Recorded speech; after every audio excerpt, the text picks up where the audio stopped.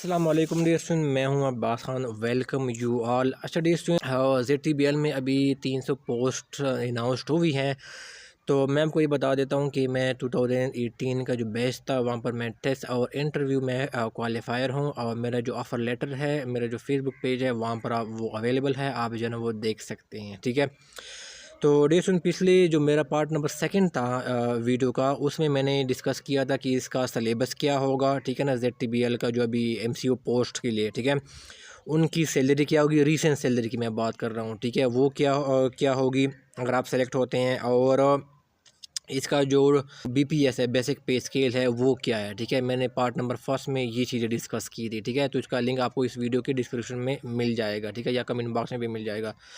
अच्छा, इस वीडियो में मैं मज़ीद क्वेश्चन को डिस्कस करूँगा। वो ये है कि जो आप MCO सेलेक्ट होते हैं तो उसका सर्विस स्ट्रक्चर क्या होगा, यानी मोबाइल क्रेडिट ऑफिसर जो OG3 है, इसके बाद फिर आप क्या बनेंगे। ठीक है ना, नेक्स्ट स्टेज आपका क्या होगा प्रमोशन का। ठीक है ना, तो वो हम डिस्कस करेंगे। ठीक है ना, सर्विस स्ट्रक्चर क्या होगा, फिर आपका प्रमोशन का क्राइटेरिया क्या होगा। ठीक है ना, वो हम फिर डिस्कस करेंगे। ठीक है, और फिर हम डिस्कस करेंगे कि अगर आप सेलेक्ट होते हैं तो आपकी ट्रेनिंग कहाँ पे होगी। ठीक है ना, इसकी ट्रेनिंग की ड्यूरेशन जो है ना वो क्या क्या होगी। ठीक है ना, तो ये जो तीनों क्वेश्चन है वो हम इस वीडियो में क्या करेंगे, इसको हम क्या करेंगे, डिस्कस करेंगे। तो वीडियो, अच्छा, ये जो डेटा मैं आपको प्रोवाइड करता हूँ ना, ये मैं एक स्टूडेंट है, रिकमेंडेड स्टूडेंट था जो 2022 का जो बैच था। ठीक है, उसका रिकमेंडेड स्टूडेंट था, उससे मैंने डायरेक्ट लिया हुआ है। ठीक है, तो मैं डेटा जो आपको प्रोवाइड करूँगा वो फर्स्ट हैंड डेटा होगा। ठीक है, यानी उस बंदे से जो ZTBL में काम कर रहा है, उससे जो है ना वो डायरेक्टली मैं आपको जो है ना डेटा जो है ना वो बताऊँगा। ठीक है, ये फ्रेश डेटा है और ये करेक्ट डेटा है। ठीक है, तो वीडियो को आखिर तक देखिएगा।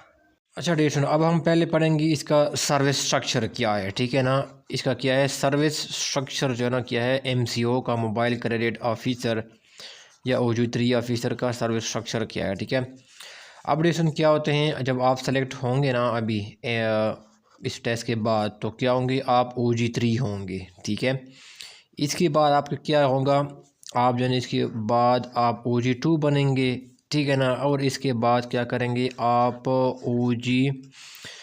OG1 बनेंगे। ठीक है ना, और फिर इसके बाद क्या हो जाता है एडिशनल वाइस प्रेसिडेंट। ठीक है ना, additional AVP, additional vice president क्या होंगे आप बनेंगे। ठीक है, अब क्या होता है कि आपका जो OG3 है ना, ये BPS क्या है, BPS क्या है, ये 16 है। ठीक है ना, और फिर क्या होगा OG2 क्या होगा, ये भी BPS क्या है 16 है।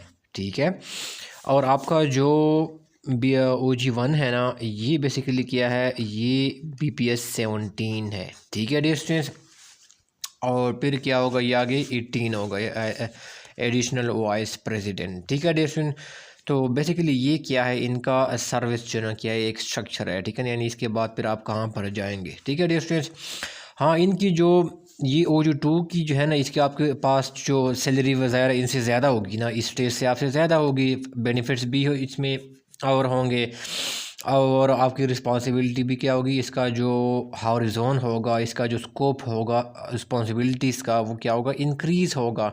ठीक है, तो बेसिकली इसमें ये फ़र्क है, और सैलरी भी इसके साथ क्या होगी, इंक्रीज़ हो जाएगी। ठीक है, ये तो बेसिकली आपका सर्विस स्ट्रक्चर है। ठीक है डियर स्टूडेंट्स, अब रिएक्शन क्या होता है कि इसमें जो प्रमोशन का क्राइटेरिया क्या है, हमारा दूसरा सवाल ये है कि इसका प्रमोशन का जब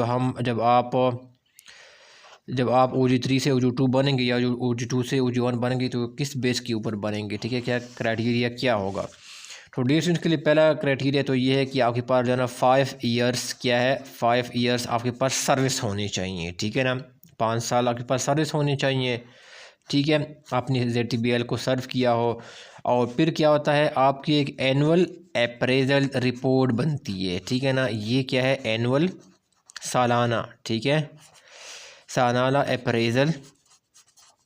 ठीक है ना, अप्रेजल रिपोर्ट आपकी क्या होती है, वो बनती है। ठीक है, तो ये दोनों चीज़ें क्या करती है, मैटर करती हैं कि आपने OG3 से OG2 में जाने के लिए आपके पास 5 साल सर्विस होने चाहिए, और आपकी जो एनुअल अप्रेजल रिपोर्ट है वो भी अच्छी होनी चाहिए, तब आपको जो है ना वो क्या होगा, कंसीडर किया जाएगा OG3 से OG2 में जाने के लिए, या OG2 से OG1 में जाने के लिए। ठीक है, अब अगर देखो ना, OG3 से अगर आप OG1 पे जाते हैं ना, तो आपको तकरीबन 10 साल क्या होंगे आपके पास लगेंगे, ठीक है। एक बार 5 साल यहाँ साल से, और फिर क्या किया यहाँ से, फिर क्या किया 5 साल यहाँ से आप लगेंगे, यानी यहाँ से आने के लिए आपको 10 साल क्या होंगे आपको लगेंगे OJ3 से OJ1 पे आने के लिए, ठीक है। और ये भी साथ क्या करेगा आपका मैटर करेगा, ठीक है डियर स्टूडेंट्स।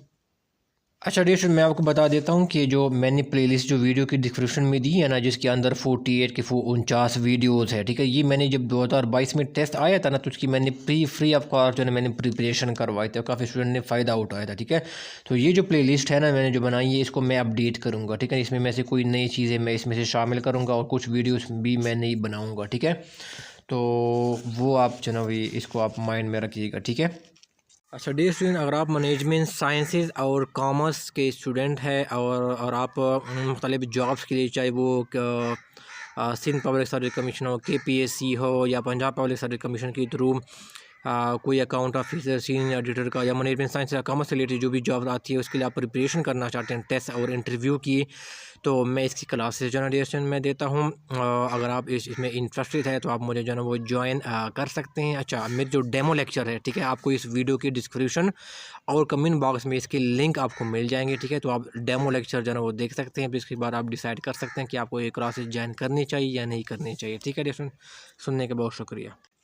अच्छा डियर स्टूडेंट, फिर आ जाती हैं ट्रेनिंग के हवाले से, ठीक है। और इसके अलावा हाँ, मेरा व्हाट्सएप चैनल है, इसके ऊपर भी आप मुझसे कनेक्ट हो सकते हैं। जो भी जॉब्स आती हैं तो मैं इसके थ्रू आपको जो है ना वो इंटीमेट करूँगा, ठीक है। जॉब्स आ गई या जो भी अनाउंसमेंट है तो उस व्हाट्सएप चैनल के थ्रू आपके साथ मैं शेयर करूँगा, ठीक है। इसका लिंक आपको वीडियो की डिस्क्रिप्शन में मिल जाएगा ना। अच्छा डेट, इसका बेसिकली जो ट्रेनिंग के बाद आप सेलेक्ट होते हैं तो उसकी ट्रेनिंग क्या होती है उसकी है ना, मुझे जो स्टूडेंट ने बताया था ना अभी जो 2022 में रिकमेंड हुआ था, ठीक है ना, मेरे उनसे बात हुई थी 2022 में जो रिकमेंड हुआ था, ठीक है। इनके साथ मेरा कॉन्टेक्ट रहता है। तो वो कह रहा था कि इसकी जो ट्रेनिंग थी ना वो क्या थी, वो 5 डेज़ की ट्रेनिंग थी, ठीक है ना, 5 डेज़ की ट्रेनिंग थी। और इसका इस्लामाबाद में बेसिकली क्या था, ICT, ठीक है, इस्लामाबाद कैपिटल टेरिटरी से कहते हैं। इस्लामाबाद में क्या था उनका ये ट्रेनिंग क्या होता वो कंडक्ट हुआ था, ठीक है डियर स्टूडेंट्स। तो ये 5 दिन का उनका हुआ था, ठीक है। और इस्लामाबाद में होगा। ZTBL का अपना एक इंस्टीट्यूट है, मुझे इसका नाम अभी मेन जहन में नहीं है और ना उनको याद था। तो ZTBL का अपना ट्रेनिंग इंस्टीट्यूट है वो इस्लामाबाद में है, तो वहाँ पर आपका ट्रेनिंग क्या होगा कंडक्ट होगा सिलेक्शन के बाद। अच्छा डियर, इसके अलावा जो है ना मैं कुछ और सवाल जो स्टूडेंट ने पूछे थे मैं इनका आंसर करूंगा। कि एक स्टूडेंट ने पूछा था कमेंट बॉक्स में कि क्या कि ZTBL में क्या उनको कार लोन्स वगैरह, हाउस लोन्स हो गया, मिल सकते हैं। तो जी बिल्कुल, ये ZTBL में आपको जो है ना वो कार लोन्स भी मिलते हैं, ठीक है ना, आपको जो है ना हाउस लोन्स भी मिलते हैं, ठीक है ना। और वो जो आप इसके ऊपर इंटरेस्ट भी चार्ज होता है, ठीक है ना, ये फ्री ऑफ इंटरेस्ट नहीं होता, ठीक है। इसके ऊपर वो आपसे इंटरेस्ट भी चार्ज करते हैं, ठीक है।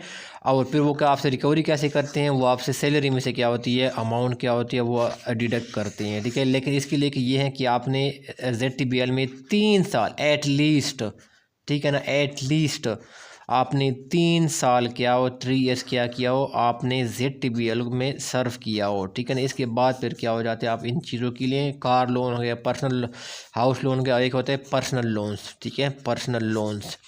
तो इसके लिए फिर क्या हो जाता है आप एलिजिबल हो जाते हैं, ठीक है। और वो आपसे सैलरी में से डिडक्ट की करते हैं, इंटरेस्ट वगैरह हो गया जो प्रिंसिपल अमाउंट है, ठीक है। और इसके ऊपर इंटरेस्ट भी चार्ज होता है, फ्री ऑफ इंटरेस्ट नहीं होती ज़ाहिर है ऑब्वियसली। अच्छा डियर, इसमें से एक और चीज़ है कि अगर आप मिसाल के तौर पर आप लोन लेते हैं, कार लेते हैं, ठीक है, तो मिसाल के तौर पर इसकी लागत कितनी है, इसकी जो कॉस्ट है, ठीक है ना, वो 15 लाख की है, ठीक है। अब ये क्या होता है ZTBL आपको 15 लाख पूरे के पूरे नहीं देते, रादर क्या करते हैं ZTBL आपको क्या करते हैं 8 लाख दे देते हैं, और बाकी जो 7 लाख है, ठीक है, बाकी जो 7 लाख है वो आपने ख़ुद अरेंज करने होते हैं, ठीक है ना, ख़ुद क्या होता है आपने ख़ुद अरेंज करने होते हैं, ठीक है। और 8 लाख की क्या करता है ZTBL आपको क्या करेगा वो प्रोवाइड करेगा, ठीक है। तो ये क्या हो जाती है फुली आपको एसेट वो फाइनेंस नहीं करता, रादर क्या होता है कुछ कंट्रीब्यूशन आपने करनी होती है एसेट को परचेज़ करने के लिए, और कुछ कंट्रीब्यूशन ZTBL की तरफ से क्या होगी वो होगी, ठीक है। 100% ZTBL जो भी एसेट आप ख़रीदते हैं, चाहे आप घर ख़रीदते हैं या कार ख़रीदते हैं, तो 100% ZTBL नहीं करेगा, बल्कि वो क्या करेगा कुछ आप करेंगे, एम्प्लॉय करेंगे, कुछ ZTBL करेंगे, ठीक है डियर। तो डियर स्टूडेंट्स, जो नेक्स्ट वीडियो होगा जो पार्ट नंबर 3 होगा, ठीक है, इसमें मैं ये डिस्कस करूँगा कि आपका MCO आप सेलेक्ट होते हैं तो आपका रोल क्या हो सकता है और आपके जो है ना वो रिस्पॉन्सिबिलिटीज़ क्या हो जो है ना वो क्या होगी, ठीक है ना, एज ए MCO या मोबाइल क्रेडिट ऑफिसर। ठीक है, तो मैं उस वीडियो में पार्ट नंबर तक 3 में मैं ये दोनों चीज़ें मैं कवर करूँगा। ठीक है, डियर स्टूडेंट्स, सुनने का बहुत शुक्रिया। अगर आपको कोई क्वेश्चन है, क्वेरी है ना, तो आप ज़रा कमेंट बॉक्स में आप पूछ सकते हैं। मैं आपके कमेंट्स पढ़ता हूँ और इनका रिप्लाई भी देता हूँ। तो थैंक यू सो मच।